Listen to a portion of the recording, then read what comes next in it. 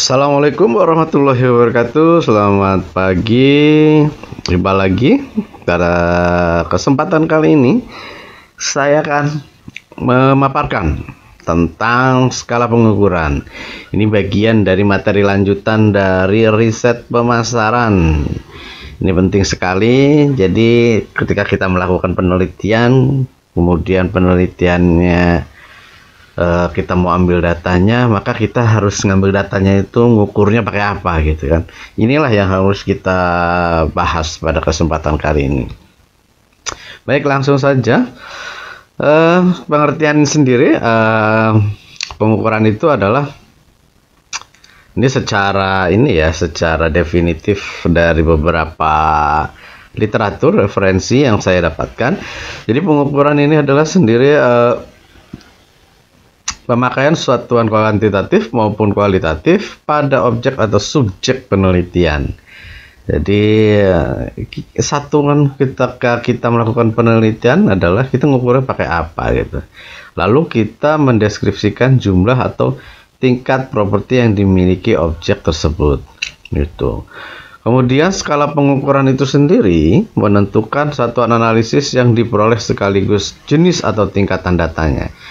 Apakah skala pengukuran ini nominal, ordinal, interval, atau rasio?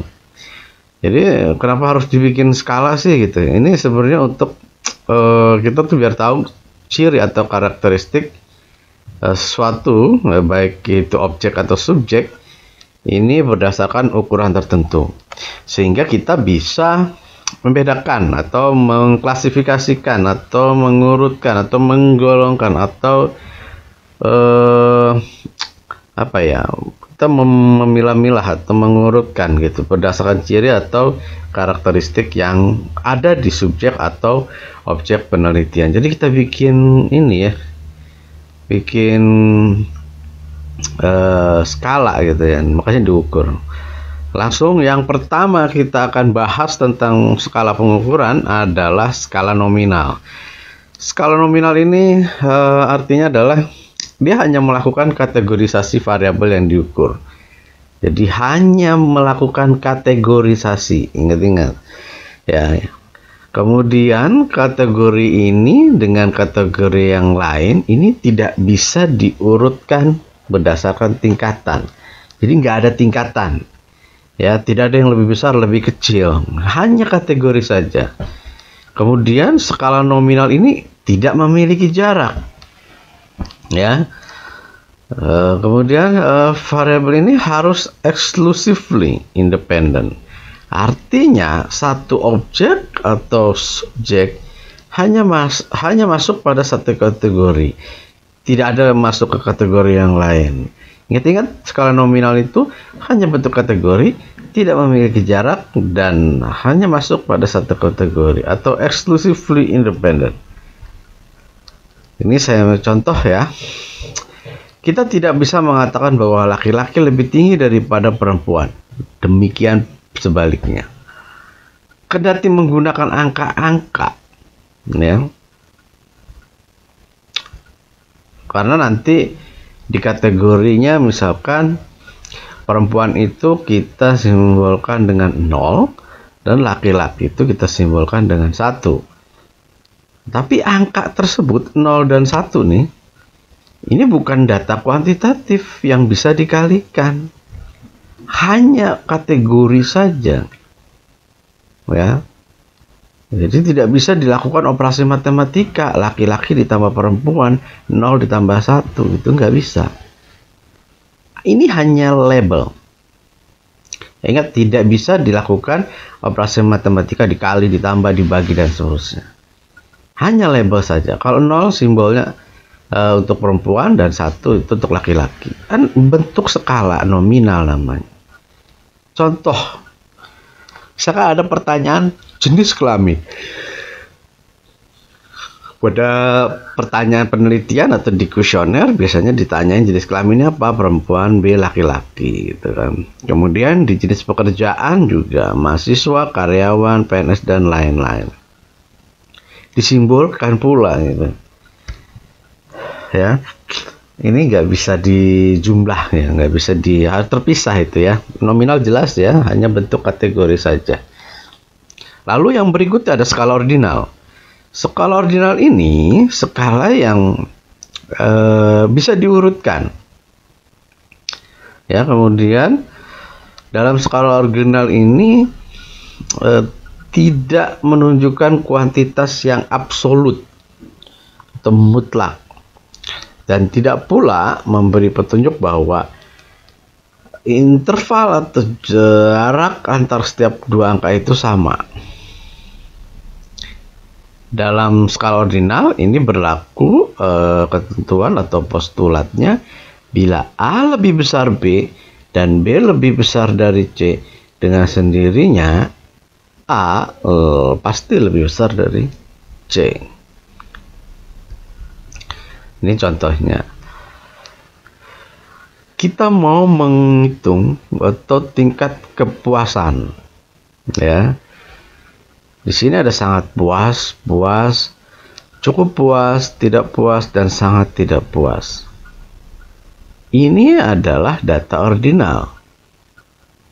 Sebab kita bisa mengatakan bahwa sangat puas itu lebih tinggi tingkatannya dibandingkan dengan yang puas dan seterusnya di bawahnya.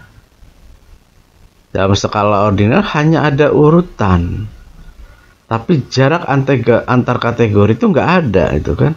Ada siapa yang tahu sangat puas ke puas ini jaraknya berapa? Misal, ya kan?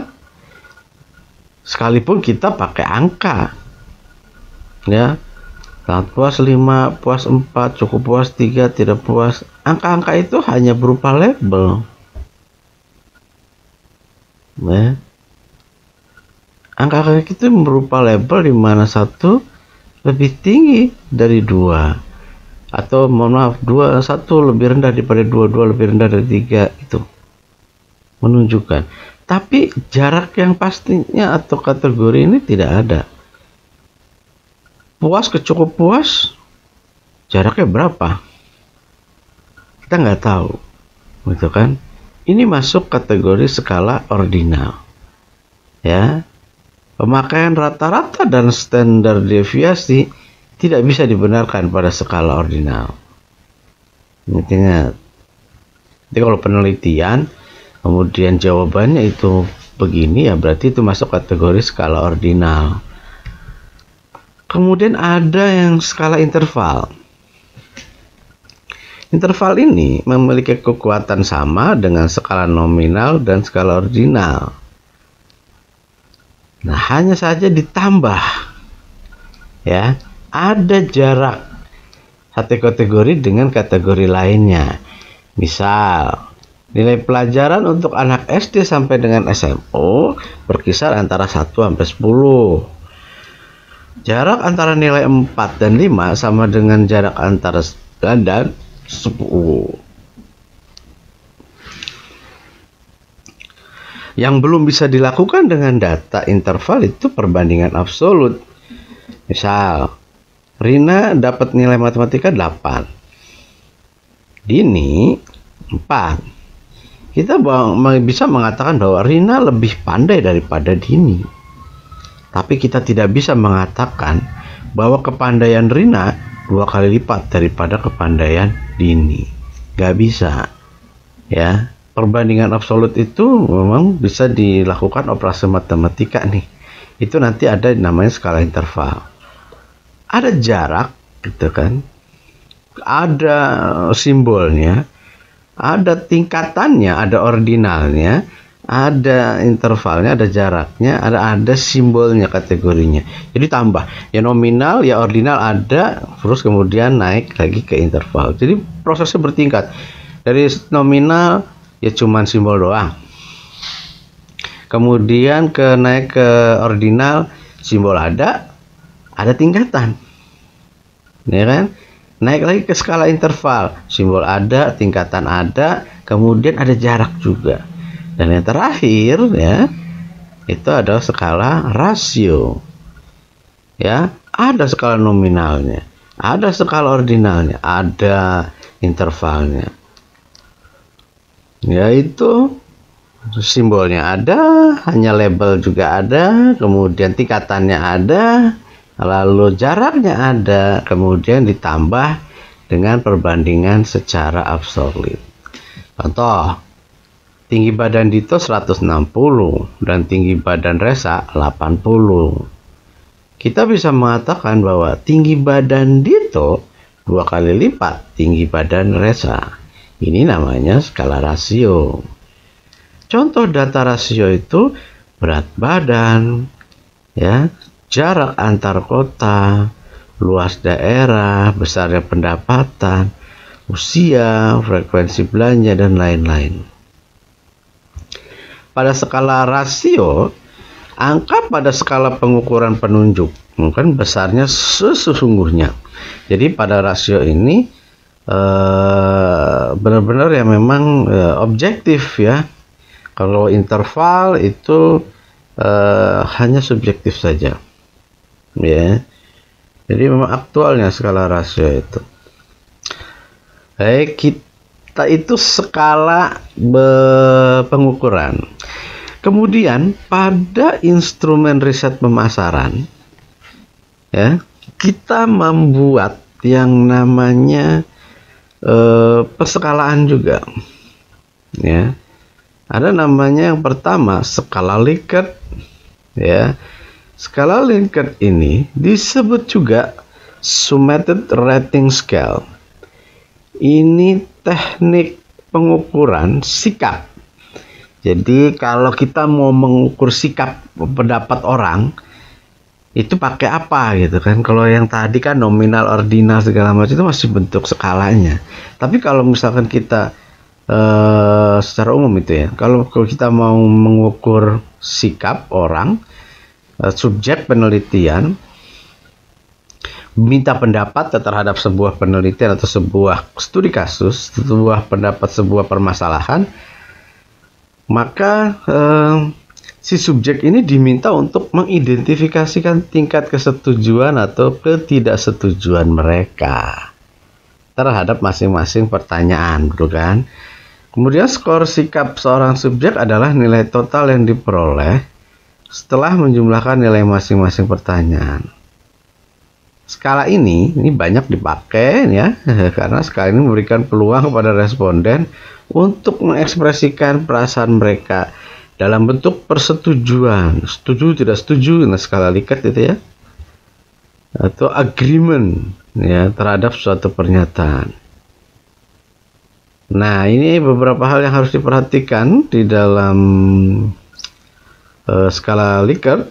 Yang pertama, urutan pertanyaan perlu diacak agar tiap pertanyaan mendapat peluang yang sama.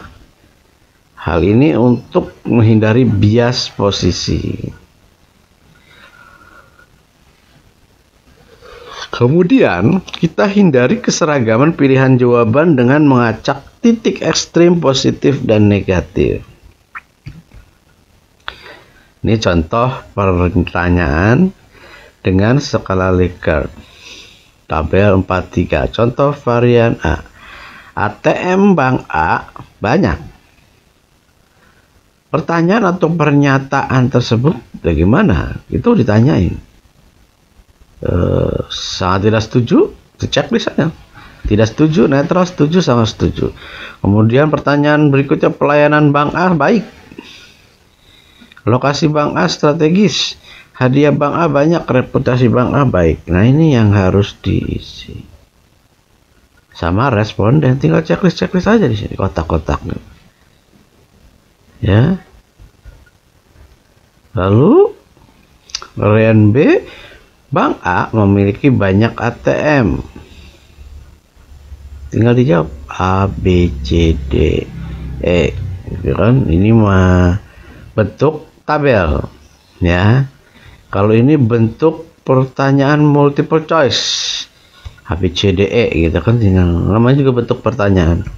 Instrumen penelitian tuh begitu. Ya, terserah, bebas ya, mau bentuk seperti ini atau mau bentuk tabel.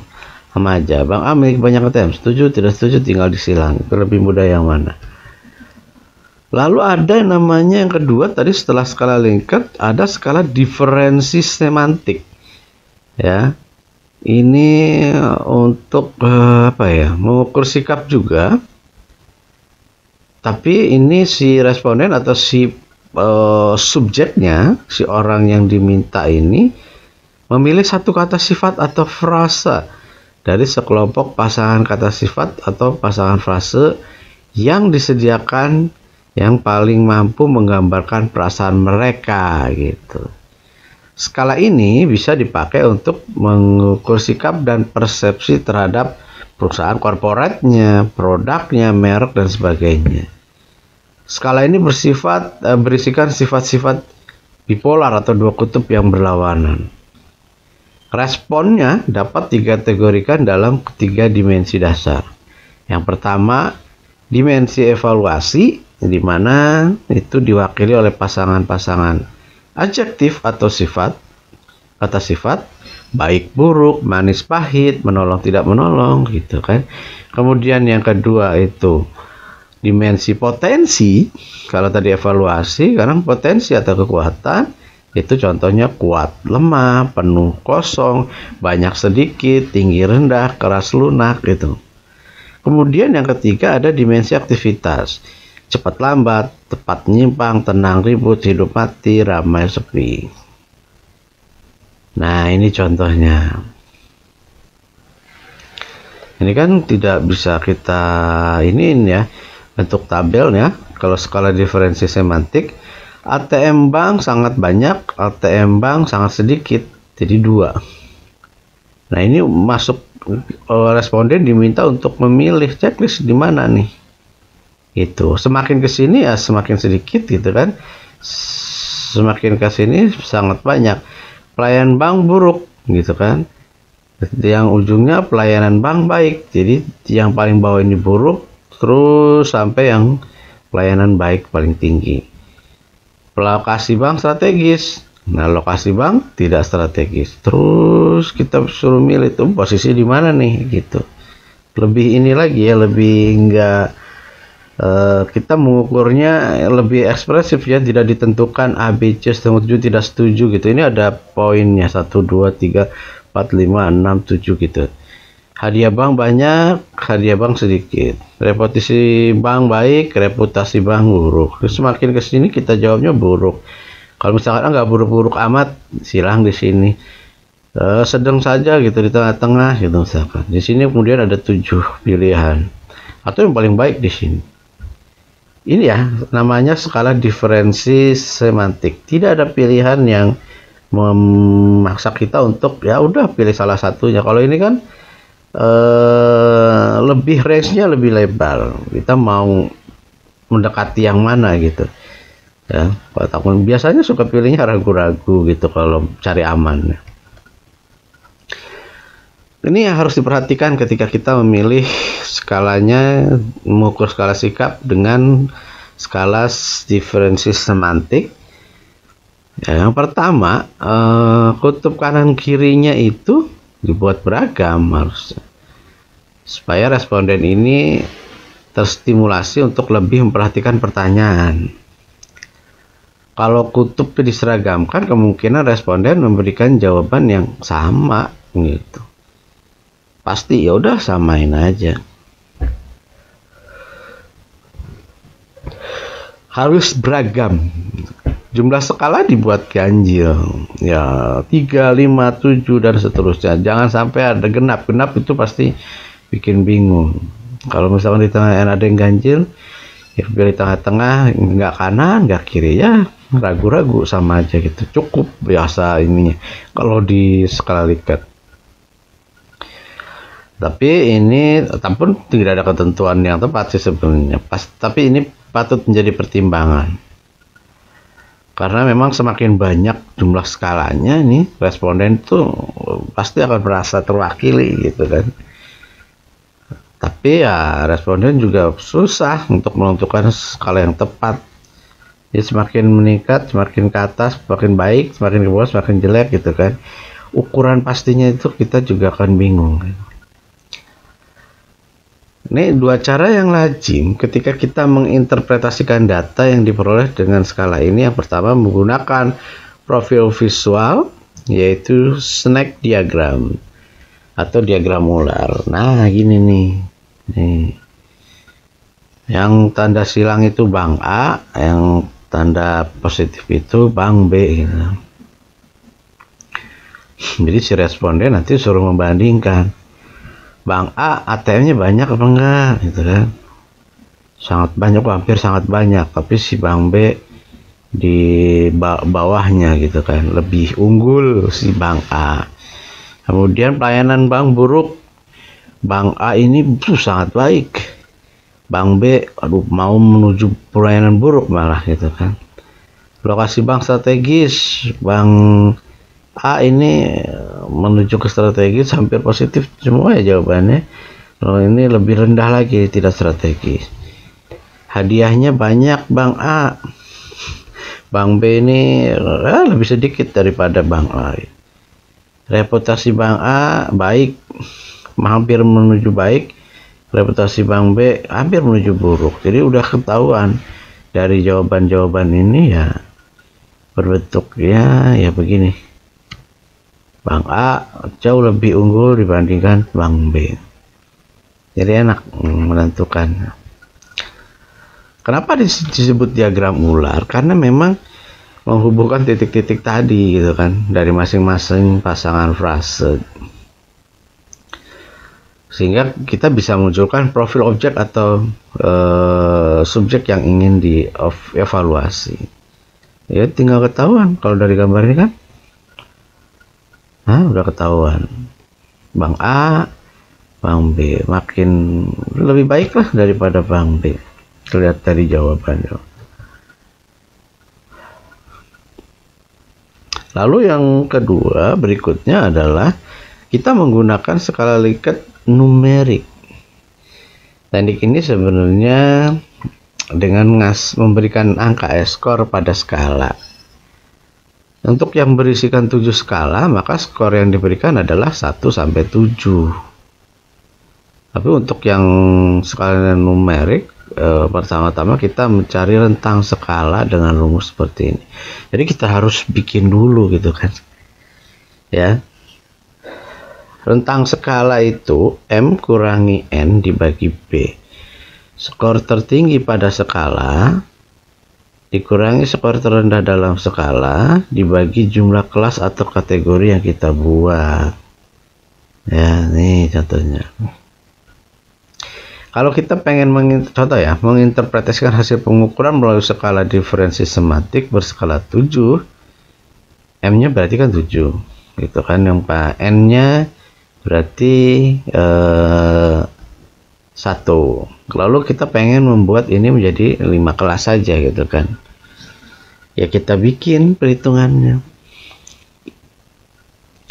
Kriteria skor untuk kategori 5 kelas yang kita bentuk adalah kalau angka 1 untuk kutub positif, angka 7 untuk kutub positif, maka bentuknya seperti ini.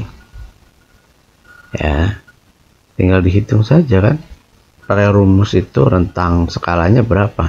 M-nya 7, N-nya 1. Ya 7 kurangi 1, 6. 6 dibagi 5. Ya kan? Berarti 6 dibagi 5. 1,2 ya. Ya, 1,2. Jadi tinggal dimulai saja gitu kan. Kalau misalkan angka satunya itu yang kutub positif, berarti ini rentangnya 1,0 berarti ditambah 1,2, hasilnya 2,2. Itu sangat baik. Kalau diantara 2,2 sampai tambah 1,2, 3,4. 3,4 tambah 1,2, 4,6. 4,6 tambah 1,2, 5,8. 5,8 sampai dengan 1,17. Itu nilainya sangat buruk ya kalau satunya itu positif ya. Kalau angka 7 yang positif berarti ya yang sangat buruknya adalah yang paling bagusnya adalah 7 gitu kan. 1 tambah 1,2 2,2, 2,2 tambah 1,2 3,4, kebalikannya. Ini kriterianya. Sangat buruk itu nilainya berapa? 1 sampai 2,2, atau kalau yang angka satunya yang positif maka 7,0 sampai 5,8 ya. Ini kriterianya. Jadi kalau buruk itu, kategori buruk itu di mana posisinya nilainya si X itu? Kalau hasilnya rata-ratanya adalah di antara 2,2 sampai 3,4, atau kalau yang baik positifnya di satu itu adalah 5,8 sampai 4,6. Begitu seterusnya ya. Skala numerik. Ini merupakan variasi semantik diferensial ya.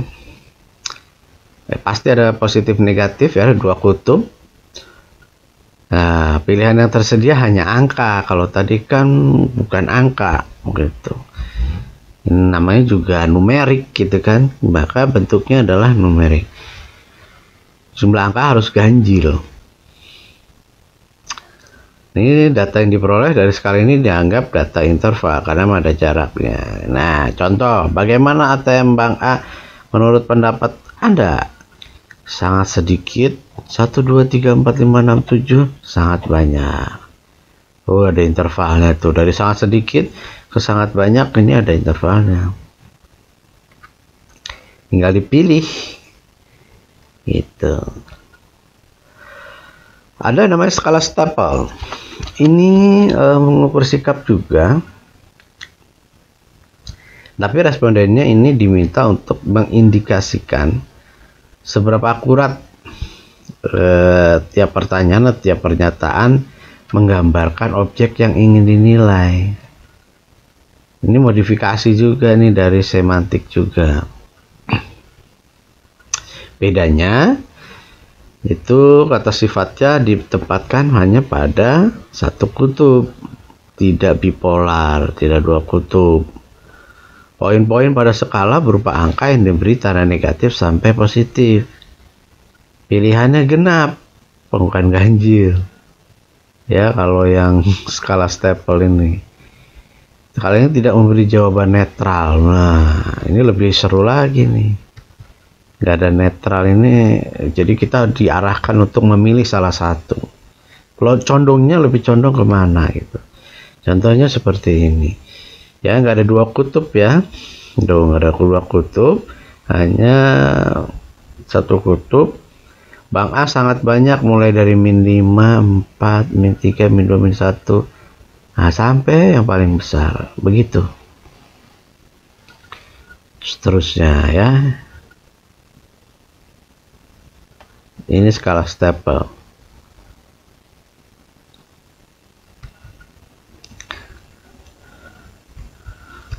Hanya untuk menunjukkan ya, seberapa kita nunjukin ya, tinggal pilih aja gitu kan.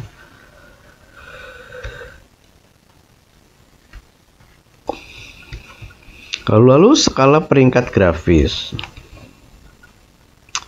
Pada saat menggunakan skala ini, responden memberikan respon dengan cara menandai poin yang cocok pada garis yang kedua ujungnya terdapat sifat ekstrim.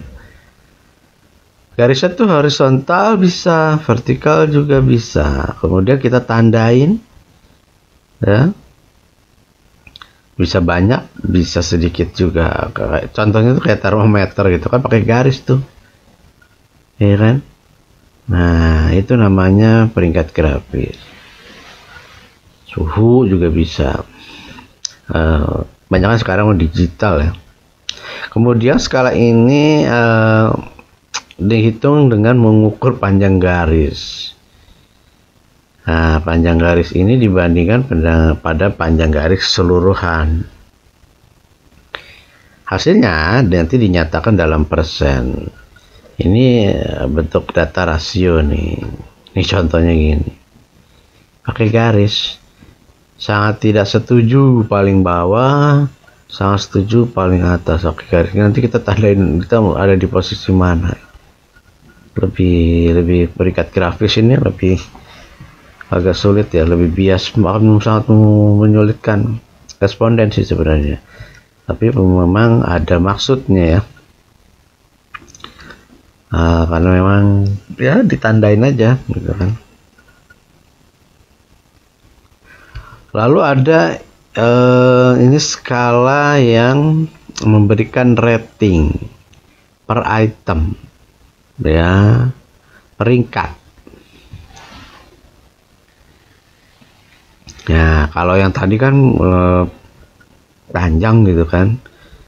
Kalau ini peringkatnya dipilih yang lebih sedikit gitu, antara 5 sampai 9 kategori. Udah jelas tinggal pilih aja gitu kan. Ini dalam beberapa kasus setiap kategori memiliki penjelasan verbal atau mendeskripsikan apa gitu. 5 itu apa, 4 itu apa, 3 itu apa, 2 itu apa, 1 itu apa. Tapi nggak harus juga itu ada penjelasannya gitu, mendeskripsiannya. Contoh nih, menggunakan deskriptor. Bagaimana kualitas bank A secara umum?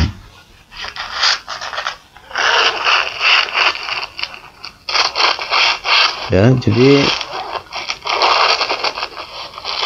bentar.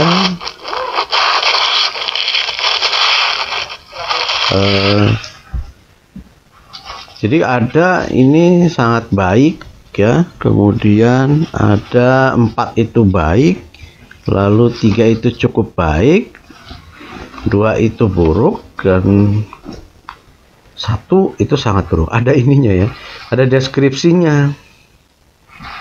Jadi bukan hanya angka 1, 2, 3, 4, 5, tapi 5 itu apa, 4 itu apa. Nanti juga pada saat kalian menggunakan skala nih, pada saat penelitian, kalian harus deskripsikan gitu. Misalkan pengaruh si ini berdasarkan jawaban ini menunjukkan angka sekian. Nah, itu angkanya maksudnya apa gitu kan. Ya. Ini namanya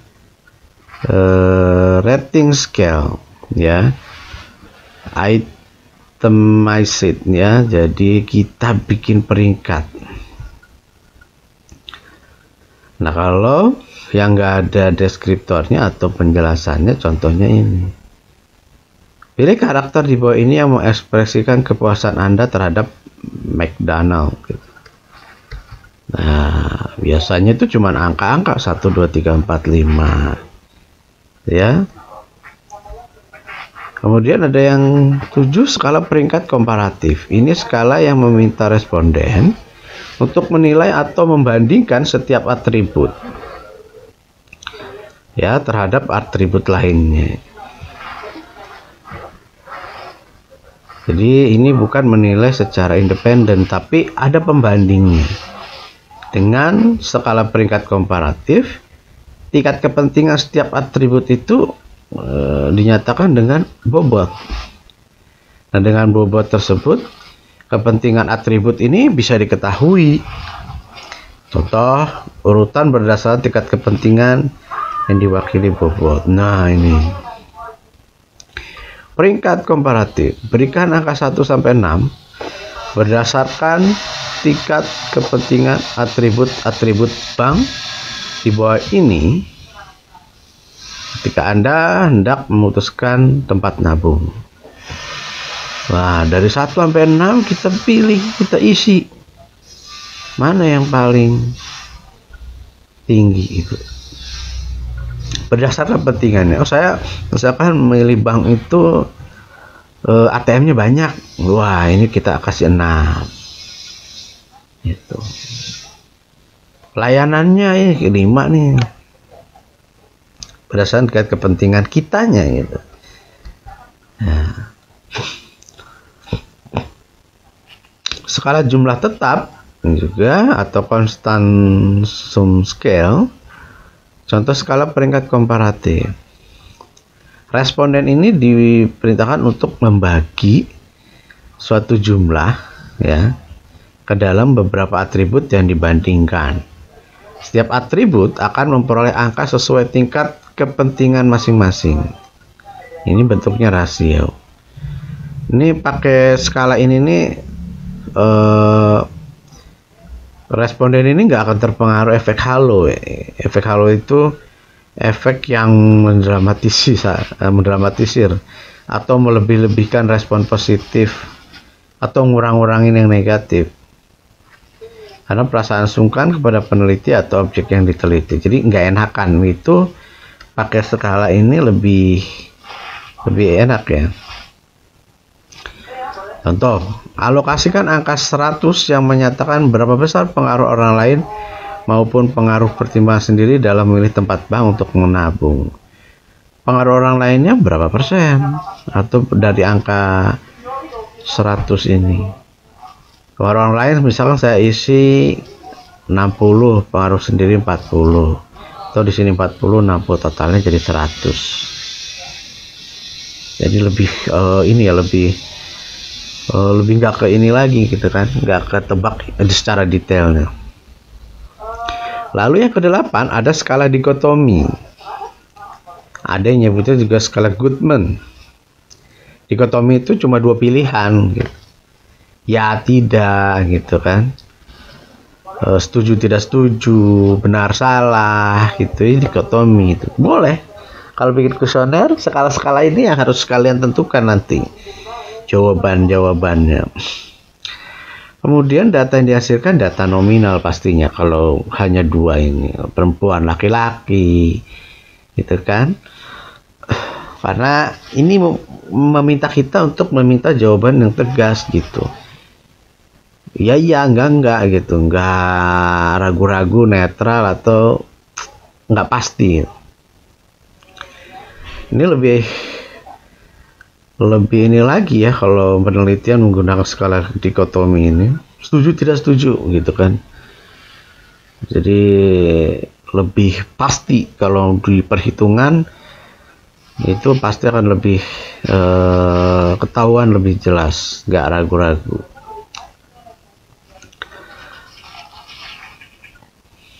Tapi ya itu kelemahannya, nggak detail. Karena bisa jadi ada yang responnya si responden itu ya saya setuju, ya setuju, tapi nggak setuju banget gitu kan, nggak setuju juga enggak gitu ya. Itu yang tidak tersedia di skala dikotomi.